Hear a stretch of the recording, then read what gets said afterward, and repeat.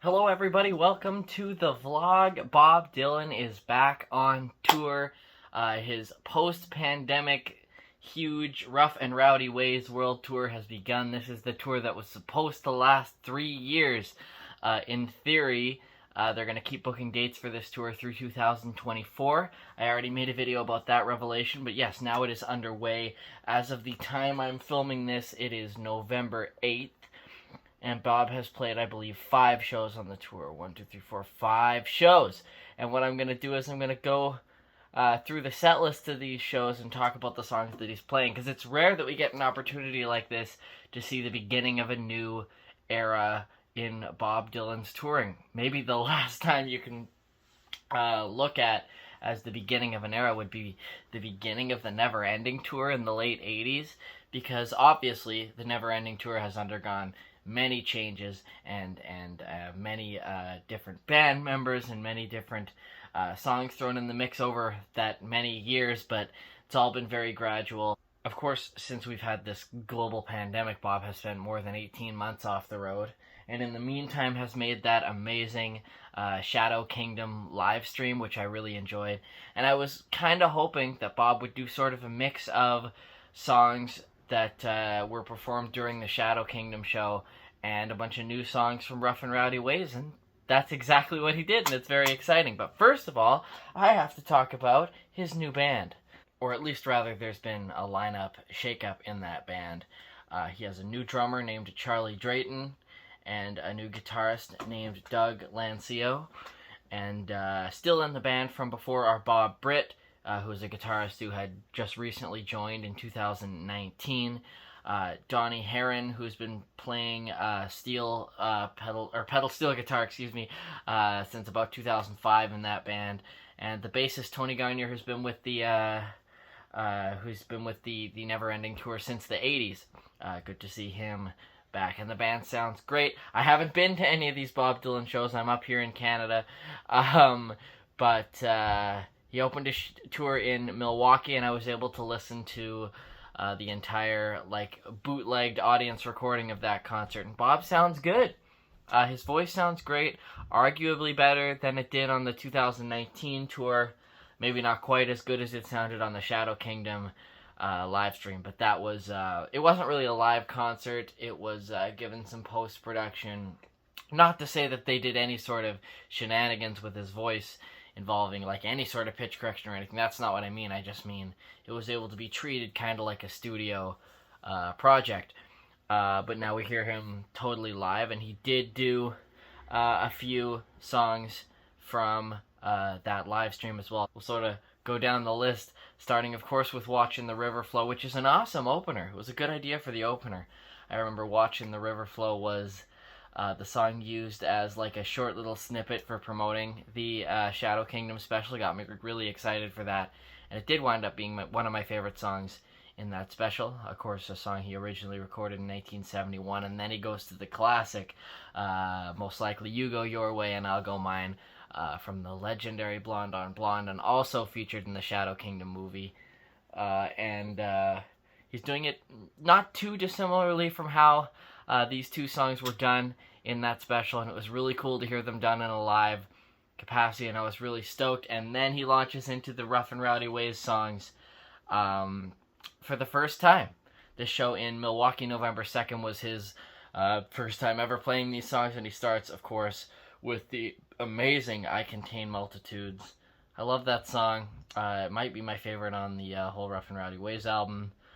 Great song. It was really amazing done live, and he's clearly got a lot of passion for these songs too. These are not songs that are super played out on the road. Of course, he's just doing them for the first time, and that's always really, really cool to see an artist just starting to get used to the sort of live arrangements of these tunes. And then, of course, he goes into the great False Prophet off that album too. And then from there, it's into a classic, Simple Twist of Fate, which has been in Bob's set lists for quite a while now. Always good to hear. And then another live debut, one of 8. Again, he plays 8 songs from Rough and Rowdy Ways on this show and in this tour so far. Goes into My Own Version of You, and then into I'll Be Your Baby Tonight. Now, I'll Be Your Baby Tonight was one of my favorites from the Shadow Kingdom live stream, but interestingly enough, he doesn't really do it anything like it was done in the Shadow Kingdom live stream. He's already reinvented it again, it seems like, because it's not the same arrangement. At very least, vocally, it's not the same arrangement as was done on that special.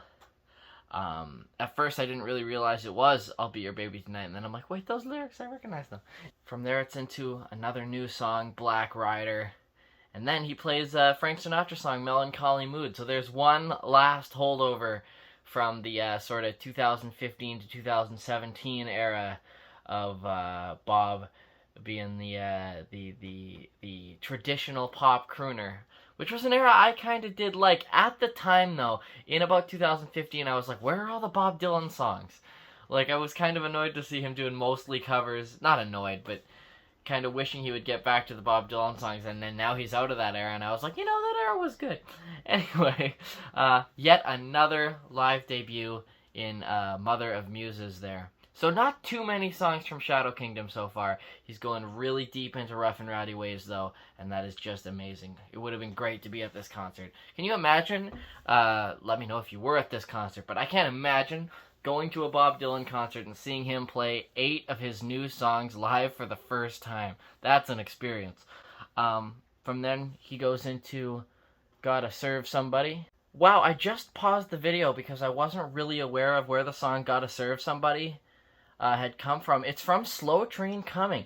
I, to be honest with you, didn't really realize he was still in the habit of playing songs from his late 70s Born Again period.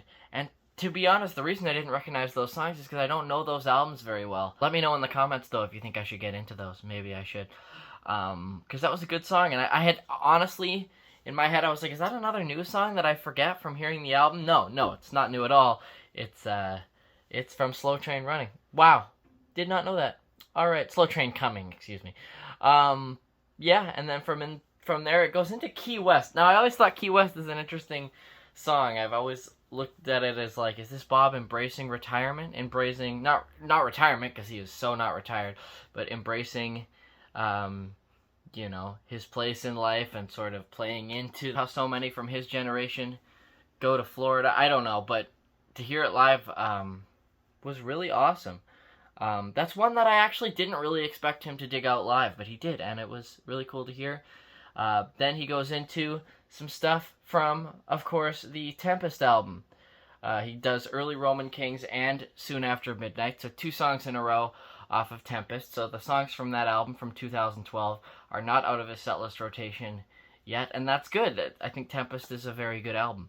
And then 2 more live debuts of Rough and Rowdy Ways songs to close out the main set, because why not? His amazing... Oh, I should mention, by the way, in Soon After Midnight, he did a harmonica solo, which I don't know if he does it all the time live, but he definitely didn't play any harmonica when I saw him live a couple times, and he was certainly doing a lot of songs from Tempest when I saw him, and I don't recall him bringing out the harmonica. I think I would have remembered that, so it was really special to hear him bring out the harmonica for that song. But then he goes into, like I said, I've made up my mind to give myself to you. His voice on this song. I didn't want to use any YouTube clips in this video because I didn't want to steal anybody's thunder, but you guys got to find a video of him doing I've Made Up My Mind, or an audio clip, I've Made Up My Mind to Give Myself to You. His voice is so powerful on that song, it's easy to forget that Bob Dylan is 80. But yeah, wow. I hope that one stays in the set for a long time. That was a really special moment.